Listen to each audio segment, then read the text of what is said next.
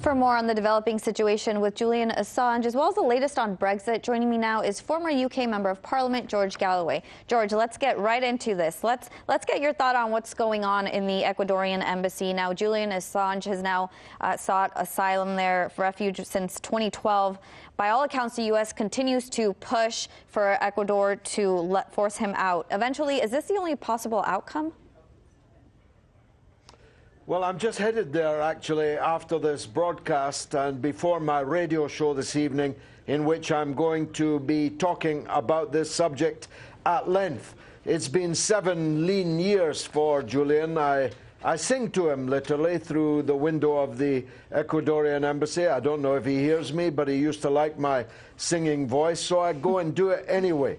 It's a shame on everyone involved, a shame on the Ecuadorians if they kick Julian out, a shame on the British who have expended all these millions, tens of millions of pounds to keep this young man who should be receiving the Nobel Peace Prize but is instead incarcerated in a single room for doing no more than publishing the truth that the big and powerful interests in the world don't want us to know.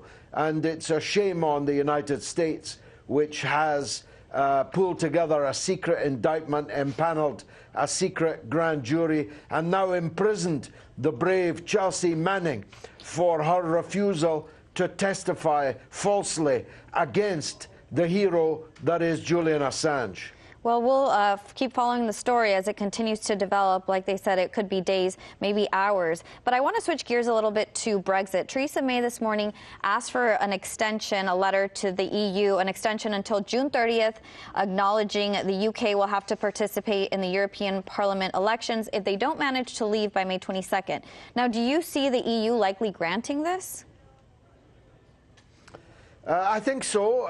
It'll be June the 30th or longer, and if it's longer, it doesn't really matter because we will have had to participate in the European elections. I place the chances of that at about 80% now, and I will, as you know, be one of the candidates in those European Parliament elections, and if I'm elected, look out for fireworks over in Brussels, which will be a much less dull place if I'm in there. But I think there's still a chance, 20% chance, that she will make a deal with the Labour leader, Jeremy Corbyn, be able to present that on Wednesday to the European Union and leave on the 22nd of May, i.e., without having to participate in the European elections. But the balance is now 80-20 in my view. Well, and this is the second time that she's asked for that same extension of that same date, and the first time it was denied, so maybe second time will be a charm. But I do want to ask, now here's what a leading pro-Brexit Conservative Member of Parliament, Jacob Rees-Mogg, said this morning in response to May's letter. He tweeted, "If a long extension leaves us stuck in the EU, we should be as difficult as possible. We could veto any increase in the budget, obstruct the putative EU army, and block Mr. Macron's integrationist schemes." George, is this a serious concern for the European Commission? And just how much damage could this pro-Brexit politicians cause if the UK participates in these elections on May 23rd? Well, I'm in favour of blocking all three of these things, whether we're in the European Union or out of it, whether we're in the Parliament or not, because they're all wrong. And it would be entirely incorrect to go along with them. There will be some people, Mr. Farage and his like, who will seek to disrupt the European Parliament elections. That's not really my style. I was a proper parliamentarian over there for almost 30 years. I know how to get things done in parliaments. I know how to behave in parliaments. So I won't be a wrecker, but there will be plenty of wreckers there. And it won't be long before the European Union begins to rue the day that it didn't let us go free when we wanted to go free. Be careful what you wish for in life, Ashley. I always say that. And by trying to trap us in this Hotel California, the EU may very well come to regret it.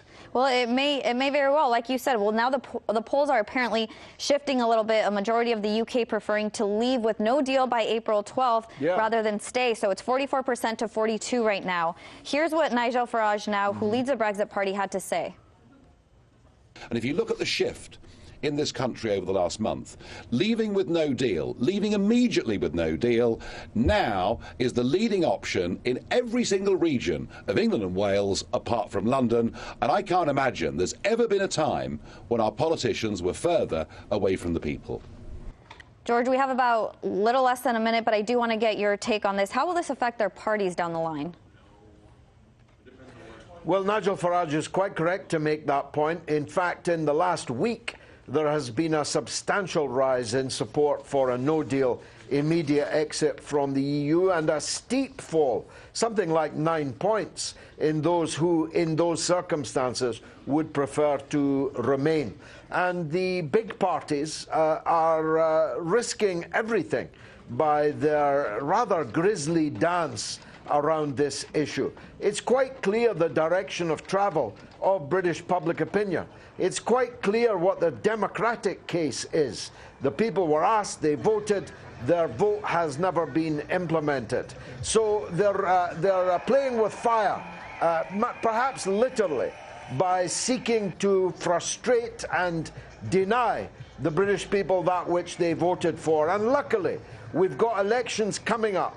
Local elections at the beginning of May and European elections on the 23rd of May. Elections are coming up. Exactly. To send them a message. Exactly. Two very big opportunities. So we will keep an eye on those. Former UK Member of Parliament George Galloway, thank you for your time. Hey YouTube, thanks for checking out our channel. We hope you enjoyed the video. We have tons of content for you just like this. For more of RT America's one-of-a-kind news and analysis, be sure to subscribe and never stop questioning more.